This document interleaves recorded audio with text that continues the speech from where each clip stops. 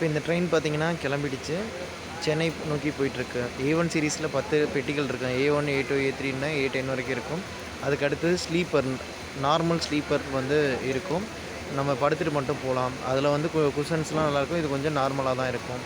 உட்கார சீட்ஸே வந்து நம்ம அப்படியே படுத்துக்கிற மாரி தான் இருக்கும். இதில வந்து S1லேருந்து S10 வரைக்கும் இருக்கும். சில இதில S15, S20லாம் போடுறாங்க. ரொம்ப பெரிய ட்ரெயினா இருந்தால்.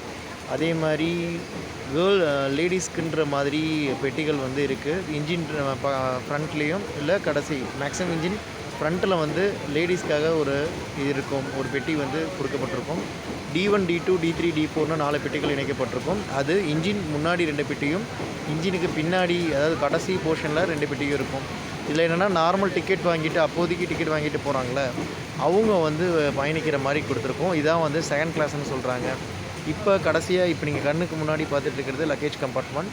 இதற்கப்புறம் கூட்ஸ் கார்டு வந்து தங்கியிருப்பார். அங்கே லைட் எரியுது பாருங்கள் கடைசியாக. அதில் கூட்ஸ் கார்டு வந்து தங்கியிருப்பார்.